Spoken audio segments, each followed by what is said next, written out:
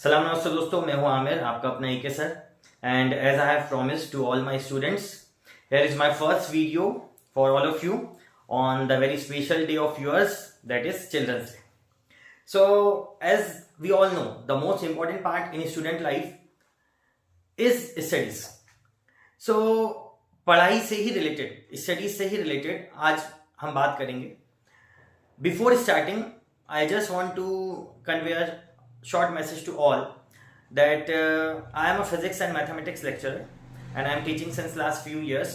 So, on the encouragement of all my students, I have started this channel. So from now onwards we'll meet on a regular basis and we'll share some videos related to physics and mathematics also after this video. So बात करते हैं आज first model 3C's model की। बात करते हैं ये तीनों C's: capability, concentration, consistency. Capability क्षमता, कॉन्सेंट्रेशन एकाग्रता और कंसिस्टेंसी निरंतरता। अब अगर बात करें कैपेबिलिटी की, क्षमताओं की, तो क्षमताएं हर किसी बच्चे के पास है, अपनी अपनी यूनिक कैरेक्टरिस्टिक हर किसी बच्चे के पास है। पर इन क्षमताओं को कोई बहुत जल्दी समझ जाता है और किसी को समझने में थोड़ा टाइम लग जाता है। उसको गाइडेंस की जरूरत पड़ती है, काउंसलिंग की जरूरत पड़ती है।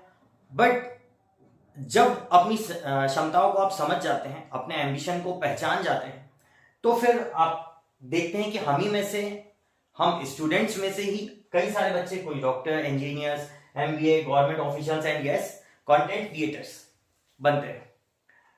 पर इस क्षमताओं को आपको पहचानने के लिए आपको बैठना पड़ेगा, लगना पड़ेगा, ध्यान देना होगा और फिर आप आएंगे इस सेकेंड सी पर, दैट इज कॉन्सेंट्रेशन।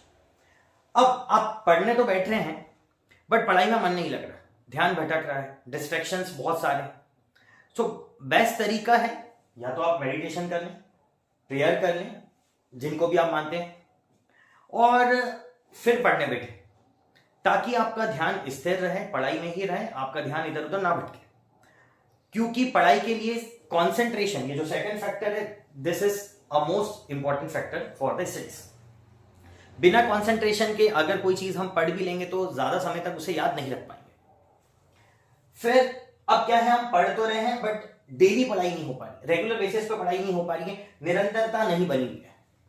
कभी पढ़ाई हो रही है, कभी नहीं हो रही है, और गैप हो जा रहा है तो बहुत ही लॉन्ग गैप हो जा रहा है। क्या है, हम खाना तो रोज खाते हैं, कभी ऐसा होता है कि नहीं खाते हैं, ओके चलो कभी फास्ट रख लेते हैं, बट कुछ ना कुछ तो हमारी डाइट में, डेली बैलेंस डाइट नहीं तो पिज्जा, बर्गर, सैंडविच, बट कुछ ना कुछ तो अपनी डाइट में लेती है।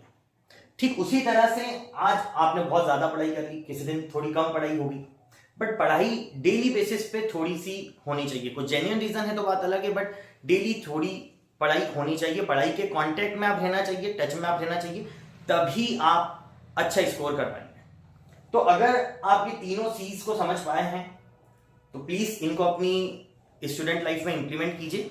और अगर आपको ये वीडियो अच्छा लगा हो तो प्लीज चैनल को ज्यादा से ज्यादा सब्सक्राइब कीजिए और इस वीडियो को शेयर कीजिए। थैंक यू, मिलते हैं।